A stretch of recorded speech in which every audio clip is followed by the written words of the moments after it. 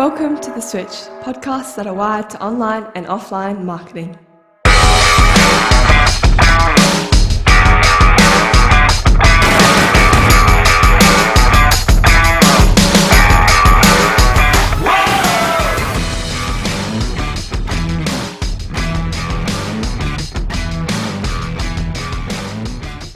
Okay, welcome back to The Switch.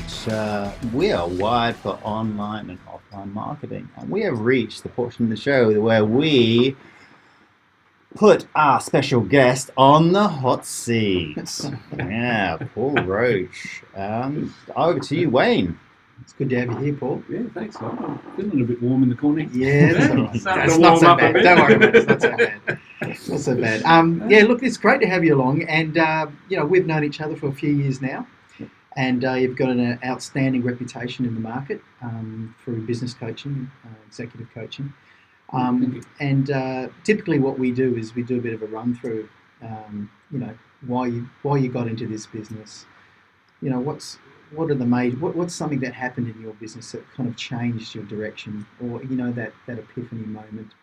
And then obviously we'd love to talk about what you see at the moment in the business world and how things are changing, how it's affecting your clients and how you're dealing with that. But what got you into coaching of all things? Interesting, isn't it? Yeah. Interesting. So I'll just head back to the start. So I did an accounting degree from Tas Uni. Numbers man.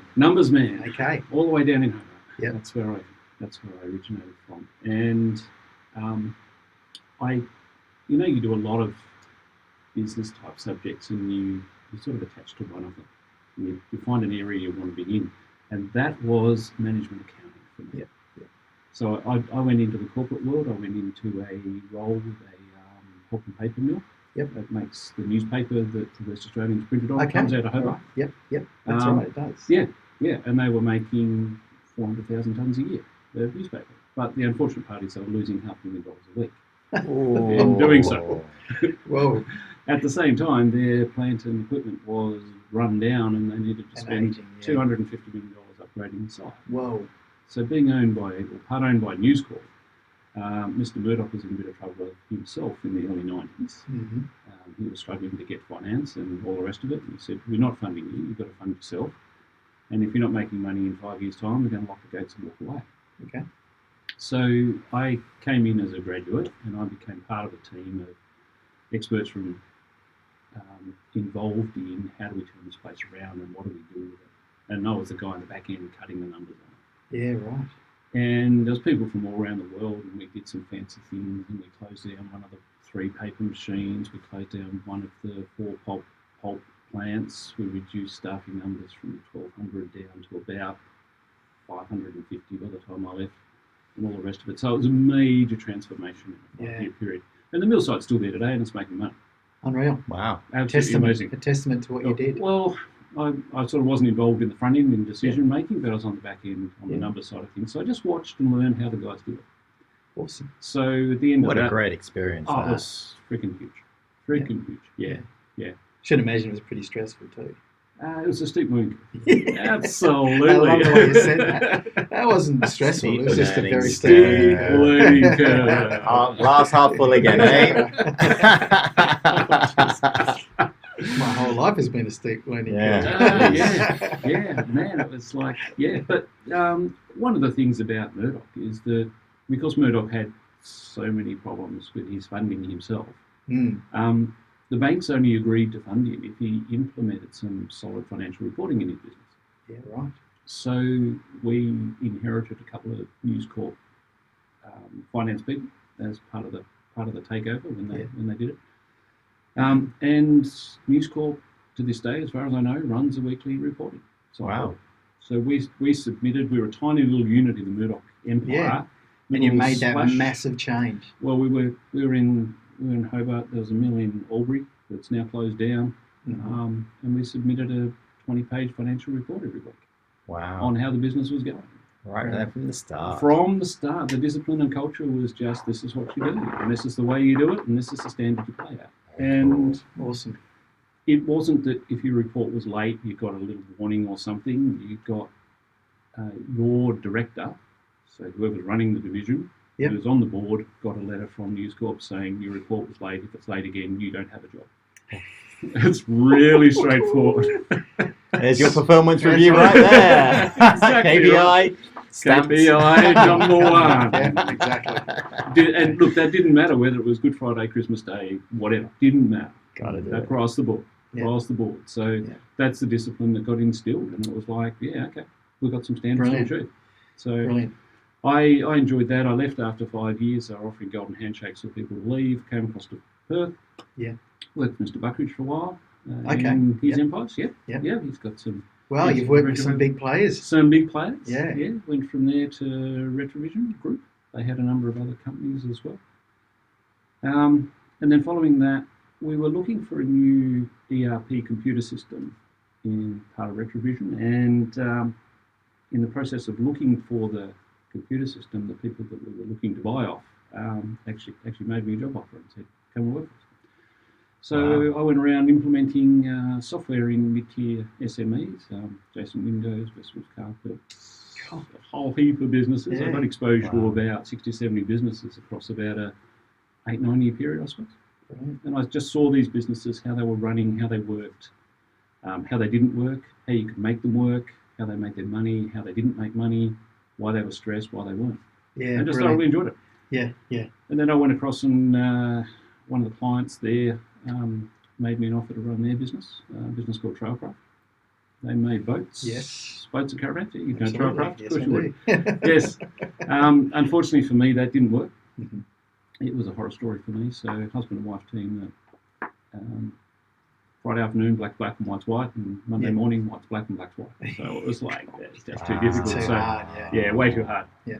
So I decided after that to have a little break from the world, and then I decided I needed to do my own thing because I was not going to be an employee again, and I had to have the stimulus of multiple businesses and working in different places, Yeah, with brilliant. different people. So that's what led me into coaching, and it's like as it culminated when I go into coaching, I found that most coaches are scared of numbers. They don't like to look at business numbers, and very few of them actually. What? Yeah, but why is that? Is Right. that because they're going to see a hill that's just unclimbable? I mean, like, is that? Are they? Why is that? That doesn't make sense to me. Look. I think every coach has their focus Yeah. on what they're good at, and that's the sort of client they yes. attract, maybe. Mhm. And if they see bad numbers or numbers that they want to change, I'm not sure they know how to do it because it's not their strength. Yep. They've got some other strength, the reason why they're working with the client. Mm. So as time's gone on, I've sort of developed this niche, part accounting, part coaching sort of model where I sit in that gap of seeing how the business can perform further down the track by changing the numbers. Yeah, yeah, and I mean, I've known a lot of business coaches through the years because of networking and through Yep. business and working with other businesses, and really, I think experience is the key. I've worked with business coaches with their clients, and the ones that just don't have the experience are the ones that really struggle, and they're the ones that we struggle with too, because it's very hard to communicate with them, Yeah, okay. not knowing the full picture. Yep. Just getting snippets of this is why we're doing that, this is why this is changing, and not really knowing the full picture. But clearly, with your experience, that's a massive plus. And other business coaches that I've known that have been in and around business, worked within their own businesses, and varied businesses, and with the experience you've got, that obviously makes a massive difference with your understanding of what you can bring to the table. Yeah, look, it's huge. It's When- good fun too. When I don't like numbers. I don't like looking at numbers. I'm sure they don't like you either. Yeah, I'm sure they I'm sure it's not a one-way street. But So many things I can say. I've had a few business coaches in the past, and if they don't look at the numbers, if they don't help me look at the numbers, I don't really consider them a serious business coach. So, Yeah. as afraid as I am to look at them, I need someone to hold me accountable for the numbers that I produce in my business. Yep. So well done, man. It sounds like you've really hit a really cool niche, and you know how to dig people out of some pretty deep financial holes, especially in the last couple of years. Look, I've probably taken on high risk cases that a lot of coaches wouldn't touch, and some make it, some don't. Yeah. There's some businesses that are below borderline when I start, and it's like at some point we go, mate, you're not going to make it. Yeah. We need to pull up stumps and find another way. Yeah, but is that because you're understanding the client, and let's face it, the limitations are the client. You know what needs to be done. If they don't take it on board, if they're not willing to implement the changes and take your advice, and they're doing it half-heartedly, at some stage do you go, is that what you're saying? No, this is not going to work. You either need to bite the bullet and do these things, or it's just not going to work. Yeah. It's a hard conversation to have, especially if you spent a lot of time and you believe in that business and that person. And sometimes, because I gather that you're also developing personal relationships with these people. You're working very closely with them. Oh, absolutely. You see their family lives. You know what's at stake. Yep. And that can be heartbreaking as well. Oh, absolutely. Absolutely. Yeah. Unfortunately, it's very difficult to disentangle business life and personal life. Yeah. And very few people can make that adjustment. Yep. And go, I can switch off from one or the other. Yeah. So what's happening in your business is probably going to happen in your personal life. It'll show up in some way, shape or form. May not be obvious, but it'll be there. Yeah. I mean, and that's only the businesses that actually engage you. Yes. All the businesses who don't engage you, who are in trouble, are probably afraid to engage a business coach because they're embarrassed at where they're at. Classic cases, yeah. Oh, it's horrendous. I mean, people's lives get torn apart because of either the way they're running the business or how their business is impacting on their personal and family lives. I've seen it. I've seen families get torn apart because somebody's just being unbelievably stubborn about something or knows that they need advice, but they just keep burying their head in the sand. Absolutely. And they may actually have a really great business, a business that can go places, but at the end of the day, they're the door. They just refuse to accept help. That's right. They're the barrier. They don't want to ask for help. And we've all worked with people like that, and you know, I can't work with this person because I can't help you because you're not willing to help yourself. And I'm sure you've had that situation many times. Look, there'd be some that I would just so desperately want to help, but they won't take it. Yeah. Because you know you can help them. You know there's just some adjustments they need to make. They can really fire, but they're just not willing to go there, to go that extra step. Whew. And that was one of the best decisions I ever made. When I set up Burning Fruit, the first thing I did was get a business coach on board, one that I knew was reputable. Yes. Lorraine Garvey. She was my business coach. Yep. And man, there were some tears. For her, or you? Me. Tears of joy. Okay. Because I'd hit moment after moment after moment after banging my head against the brick wall, and if she wasn't there to guide me, it'd been. It took me a little longer, but when I did bite the bullet, it did make a massive difference. And I still have mentors to this day that I work with and communicate with. Yeah. I don't think you should ever be in a place where you're not willing to sit down with someone that not necessarily wiser or has more experience, but just has a different take, a different view, a different angle, to keep on enlightening you and going, hang on a minute, you're not looking at this the way you need to look at it. And it's great. And I think that's how you keep evolving as a business. Yeah. I think that's how you have longevity and staying relevant. We've talked about this so many Absolutely. times.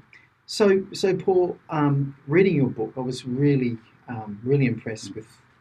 I love the basicness of it, the simple communication of it. I think that's where a lot of nice read. It's a nice read. You just a lot of business coaches get lost in all the bullshit language and whatever else. People say that about us as well. By the way. But I was really intrigued in the opening of the book, and there's that line, something about your business can kill you, or business can live while I'm alive, sleep when I am dead. Being in business can kill you. Yeah, Jeez, that's man. it. And then you cut straight to this. You're talking about your health issue and what happened. Tell us a little bit about that, because I found that intriguing. It certainly is intriguing, isn't it? You don't know when something's going to go wrong. Yeah. And I suppose I've the last 20 years had my own businesses in various shapes and forms. I buy, build and sell businesses and, Yes. and bits and pieces. Some of them go really well. Some of them, they don't always go as expected. So that point in my life, I had 3 different businesses on the go at the time, plus my coaching business, and I was under a fair bit of stress, just a little bit of stress, Just a little. just a little bit. Yeah. My kids were sort of late teenage, 3 daughters, so you can imagine that's a bit of stress as well. Yep. Going on. But this had been building up for years, and I didn't recognise it. Yeah. I didn't recognise the symptoms of heart attack. Yeah. And I just thought the sore necks and the little bit of out of breath was tied to a bit of asthma, or it was just a physical headache, that sort of thing. And I didn't take any notice of it. But it's amazing how quickly it changes when you do have a heart attack. Yeah. And I also didn't realise that on my mum's side of the family, so my grandfather died at the age of 51 from a heart attack. There you go. I thought he was in the 60s, but it was in the 1960s when he was 51 that he died. Mm. So I got him around the wrong way. So that was a bit of a problem. Yeah. And my uncle, so mum's brother, had a heart issue at the same age, early 50s. Wow. So hindsight, looking back, is like all the warning signs were there. Yeah. Just didn't see them. Yeah. But you've got an abnormal heart, Yes. don't you, as well? Yeah. It's nothing like the picture. Yeah. Around the wrong way, back the front, part of it's upside down, Yeah. wrong size Wow. arteries and all sorts of things. So, Wow. So actually, you're extremely lucky to be with us. extremely lucky. Absolutely, because a lot of people don't even know until it's too late. Yeah. So, Yeah. I can only imagine what kind of an impact that would have had on you personally, but from a business perspective, and I should imagine at that time you started really changing your outlook on life and deciding on what was important and what wasn't important. And quite often it happens to all of us. Yeah. Something massive happens that comes out of the blue, it has an immediate effect, and all of a sudden we're left going, hang on a minute, what the hell am I doing, and why am I doing this? Mm. And you start looking at things differently. Did you have that epiphany? Did you have that moment where you went, hang on, right, let's just stop and reevaluate? Yeah, and I sold out of businesses and Yep. I resigned from the boards and bits and pieces like that to get back to my coaching business. Yeah. And it took me 18 months, 2 years to come good after that. And Wow. it was, so the physical impact and the mental Of impact course. of that, it's significant. Yeah. But I also think that deep down, I'm alive for a reason. Yep. Awesome. There is something. There's a reason why I didn't die. Yep. Yeah. And that's why you're doing this. It's your That's why I'm passion, doing and this. you know Yep. that you can make a difference to people. Absolutely. And I think it goes back to what we talked about. There are businesses out there, and people's lives being ruined by business, but by simple things that they could just fix. And to know that there's someone like you out there that's willing to help and saying, hey, I'm here for a reason. I'm passionate about this. I can help your business, and I can make a difference to your, not just your business, but your whole life. As we said, one impacts the other. Absolutely. Yeah. And when you dig yourself a hole that's so deep and you can't get out of, if you don't have someone to lend you that hand and give you that advice and give you the truth, tell it honestly how it is, Yep. and you have to be the one that says, yeah, I'm ready, let's go, I'm going to do this. Absolutely. And so what I see out of that is that you're standing right next to them, said, right, mate, I'm with you, I'm 100% with you, and people need that. So you should be congratulated that you're doing something that you're so passionate about, and also that you believe in wholeheartedly. I think that makes a difference with any business. It doesn't Yes. matter what you do. Yep. The passion is there, the hunger is there, but also that you know within yourself that I'm meant to be doing this. That's a massive thing. Oh, it's huge. It's a It's massive huge. thing. And it just drives me every day. Yeah. I'm alive for a reason. Why am I alive? Hey, this is what I do. This is what I love doing. And I'm sure you appreciate your beautiful wife and your children accordingly, even more so, because when you have that type of thing occur in your life, you start looking at things differently, and you stop taking the simplest things for granted, Yeah, absolutely. and being appreciative of everything that you have every single day, Yeah. and the wonderful people that are around you. And I'm sure they were just as supportive through that time. And then that connection even gets stronger. So, these things happen for a reason, like you said, but also they also make us stronger. And I believe we're here to learn Yeah. so that we can teach. All of us are Absolutely. teaching somebody at some Yeah. stage. Yeah. But we can't teach if we don't learn, and we're not willing to understand and learn more and keep on striving to, to benefit ourselves and others and the ones that are connected to us. Mm. That's a massive thing. So then how did that actually, if we look at businesses now and what we've just been through with COVID and how everyone's had to evolve and change, and how is the current market, and we know, having spoken to Bev, who's a traveller, everything's changed, and now it's looking good again. We're not having to wear masks. We're now walking around freely, and travel has opened up. How has that changed the businesses that you're working with and the model, and how they're communicating with their markets, how you're communicating with them, and how you're making it all work? It's really interesting, isn't it? Because you've got, as you say, travel agents were one of the hardest hits. Absolutely. I've got a client that's a travel agent as well, and it's like the mental torment that they've gone through for the last 2 years. It's been unbelievable. It's just been, in those types of industries, how do you keep them in a headspace where they can think about moving forward? Yep. And that's a huge challenge for them and for the coach. Yep. Right? Oh, I'm sure. Absolutely, to keep them thinking forward and how to move forward. Yeah. Then you've got the ones at the moment that are flat out. Yeah. Try and find a sparky at the moment. Try and find a plumber. Good luck. They're Absolutely. all just over the top. And then you've got the downside of that is that the hardest thing for a business owner to say is the word no. They'll always take it on. Yeah, but it doesn't always work, and it's not always the right. It's not the right word. Yeah. The word should be no. They've got to put limits around what they can do and how they do it. So it's been like, realistically, if you take all this work on, how are you going to do it? How are you going to get the job done? Versus, I've had nothing, and how do I keep looking forward? Yeah. And just those two extremes has created this marketplace where it's like, at the moment, it's all coming together because the ones that are flat out are pulling back a little bit, coming back a bit, and the ones that have been dead quiet are moving forward. So we're getting back to this equilibrium point. But you look at it and you go, where are they all at? The ones that have been flat out are exhausted because they're just sick of it. Yeah. They always thought if they sold more, they'd make more money. That's not the case. It's not the case. No. They're selling more, but they're not making any more money. In fact, they're making less money, a lot of it. Which heightens the stress levels and all the issues around that. Yeah. And personal health as well. I mean, That's these right. people are going through it. Yeah. They're exhausted. Yep. Mentally, physically. They're trying to do everything. Yep. And they're not seeing a way out. Mm. Yeah. COVID's certainly thrown up the norms out the window, haven't they? Because for me personally, I thought we were gonna be really starved of clients. Yeah. But in fact, it's the other way around. The other way around. But yeah, the same with me. But I do believe that is I believe in, you're a positive person, Steve, as with yourself, Paul. I mean, I think that you can be in a space and exist in a space that is either positive or negative. And you can take a hit. You know what? Take the hit. Pick yourself up. Yeah. Go. Find another avenue.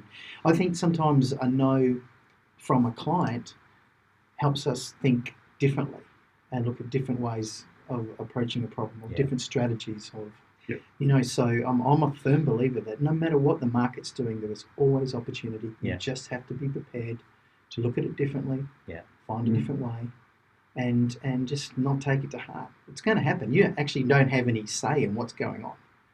Yeah, that's what's happening. I don't have any say in that. You don't, and neither do you. Can't control it. Yep. Don't try and control it. Yeah. Go with the flow. Look for different avenues, different ways, and stay relevant. To your business and what it's supplying. Find a niche, and we're going to talk about that. So find a niche. Yeah. Look at what the opposition is doing. Find another way. What can you do that's better? I mean, but without a doubt, we've both just said it. Having a business coach and someone as reputable as you, someone with experience, and I think the personal experience and the problems that you had with your heart, I think these all build the person that you are. And if anything, it's shined a light on your passion. And, I think anyone that employs you is going to get the benefit of that, because there's empathy as well. There needs to be empathy. Absolutely, There needs to be compassion. And when you've been through things yourself, you can show that to your client. And guess what? They're going to see that, they're going to feel it. And I think you have that synergy, and then you get the results. And that's a massive thing. Like, you can't just be a coach and just, you can't be the headmaster going, do this, do that. You need to have. It's not colour by numbers, is it? No. You need the understanding to get that out of it. And look, I think it's Wayne, what you're saying. I think the first question for looking for a coach or any coach is, does your coach have a coach? Yeah, and if you they do. don't- I know you do. Yeah, I do. Absolutely. Yeah, Yes. yeah, at least one. Yeah. And if they don't have a coach, then that's a warning sign. Mm. They don't eat their own cooking. Yeah, and or they're sitting there saying, "No, I know it all." Yeah. And I know all yeah, of course. situations, and you're going to do as I say. I mean, that's a red flag to me any day. But yeah, someone that's always in that space of learning and learning new things and learning new ways and strategies is only going to benefit you as a receiver of that person's services. Yeah. That's brilliant, mate. I've really enjoyed this, and it's been great to have you along. And I think if anything, the lesson out of that is that life is life. It's going to happen whether we like it or not. It's just how we deal with it, and how we keep on reinventing ourselves to make that difference. Absolutely. We both feel in a similar way. We want to make a difference to people's businesses and in our own expert areas. And I think having compassion and just realising that we're all human. Yes, absolutely. Yeah. That makes all the difference. It really does. Yeah. Good Awesome, stuff. mate. Good Awesome. stuff, Paul. Yeah. Really enjoyed that, mate. Cool. Thank you. Okay, Mr. Roach, The hot seat again. the hot seat again. We Yeah. have just a few little images of you in particular poses. Certain situations. Certain situations. I hope it's G-rated. You may or may not appreciate at this point in time. So we'll just go through these really quickly. If you just want to make a comment, because we actually have no idea where they're actually from, Okay. but they're purely here to embarrass you. Beautiful.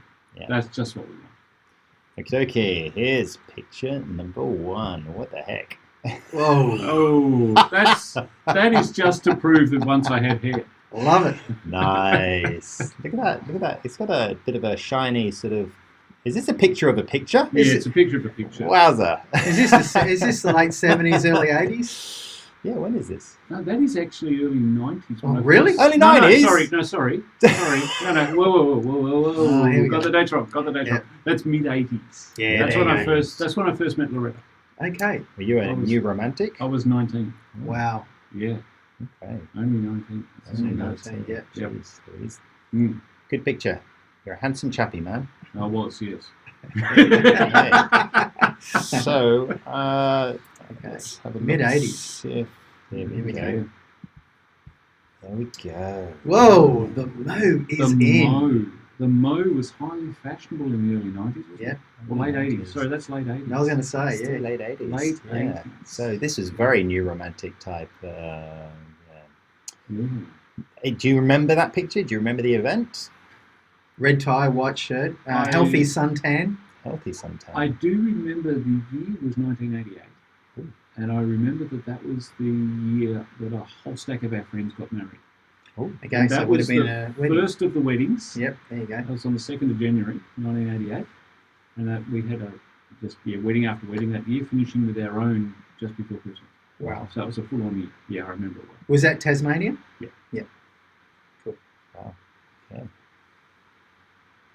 yeah, Mum. Where is this next picture coming from? Ooh, this is cool. This is cool. What is that? Oh, that's Berlin. Ooh, Berlin. Okay. That is Action Coach Global Conference in Berlin. Righto. who are these happy chappies? I can't see it at that angle. So that's a fraction bigger. Yes, he can.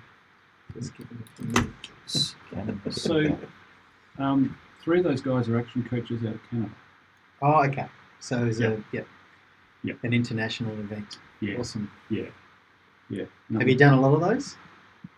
A lot of those. Well, there's one every year. I go to maybe half of them. Okay. So I've done 5 or 6. Oh, good. Yeah. fair bit of travel under your belt. It Good looks stuff. like you do a lot of work, on these conferences. I mean, come on, seriously. They're very serious. It's very serious. How do you get time to go for a beer in Berlin, of all places? Tough places, mate. Tough. Yeah. Did you go in October? No, it's always August, unfortunately. But, Oh, it's terrible, isn't it? that's a shame. Yeah. That's a great picture. Yeah. Look, that was one of the best conferences I've been to in terms of not only having some fun, but also in what I learned, what I applied to business. Good stuff. Still use it today. So you didn't get drowned in a beer hall or anything like that? No, didn't get drowned. That's Tried the best to, one. but yeah. That's the best Yeah. one. Oh, yeah. Okay. Oh, wow. Okay. Can I guess where this is? Masquerade party. Yeah. Have a guess. This looks like Yanshep. It is. Oh, what Very a good. guess. Yes, What a because they guess. do the dining experience in the caves, don't Okay. they? Yeah, Yes. I've always wanted to do that. Yes, and that was one of my colleagues, fellow action coaches, Suzanne Laidlaw's Oh, 50th yeah. birthday. Oh, okay. Oh, cool. Hmm. Yeah, she's wonderful. She is. Hmm. It's awesome. Brilliant. Yeah, no, I've always wanted. I've been trying to get them onto Venue Maestro. Oh, okay. Yeah, never answered the No, phone. never Never answered the phone. Oh, Did you remove the masks at all during the evening, Paul? Yeah, Oh, absolutely. okay. Just checking. Yeah. Shameless plug for Venue Maestro. Yeah. In the conversation. Honestly, to be honest, I was just wondering when. I was just going to say Yeah, pretty that's soon. right. That's right. What's going to As happen? soon as you said yeah, now here we go. Yes. And Love this one, look at this. Check it out. What the heck is going on there? It looks like a bit of karaoke going on there.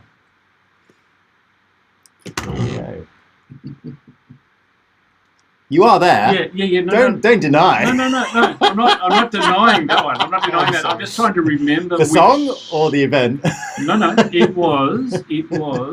Again, it was another action coach I was going to conference. say, it looks like a conference. But it was a regional one, so the Australasia one, and I think it was Sydney. Wow. Once again, hard at work, eh? Absolutely. At these conferences. Part of the That's balance of work. You Yeah. work and play. I You've love got to it. do both. Exactly right. Yes, exactly right. And that was right at the end of the night. Trust me, it was a big night. Oh, that's brilliant. And just so you talk about plugging. Here we go. Here is your book, Dun-dun. Smarter Business, Stronger Cash Flow. Yes. Buy it today from Paul. Is it? Are you in any sort of outlets at all? We're in about 100 bookstores around the country. Brilliant. Stores around the country. Wow. Is this your number? Did you say this is your number 3 book, Paul? Or was it No. No? No. number 1? I thought you'd already written a couple of books before this one. I wish I had. Damn. Yeah. Oh, wow, I've got my sources are wrong. Well, there's going to be Yeah, more additions to this, I'm sure. There will be, yes, there will be. Yep. Well, it sounds like you love it, and you've just said that if I wasn't doing this, I'd be writing. Maybe not this type of book, but that's a good book. I've really enjoyed it. So just a shameless plug for your business book. It's awesome. Have a read and you will learn lots of stuff that may Well, lower that bottom line or raise that bottom line, make you a lot more money. yeah, absolutely, So absolutely. make sure you get a copy. It's not. It's an well easy worth It's an the easy, investment. it's an easy read, and it's simple. It communicates really simply, which is what I love. And so it's got a wide open market, I think. Good stuff, Paul. Yeah, look at. And I was talking to a guy yesterday about it. He's just finished reading it. And he's a tradie, and he has 55 trading employees under him, Whoa, and he's still picking up stuff out. unreal. Wow. Well done, man. Good stuff. Great stuff. Well done, Paul. Awesome, man. Well done, Paul. Time to move on.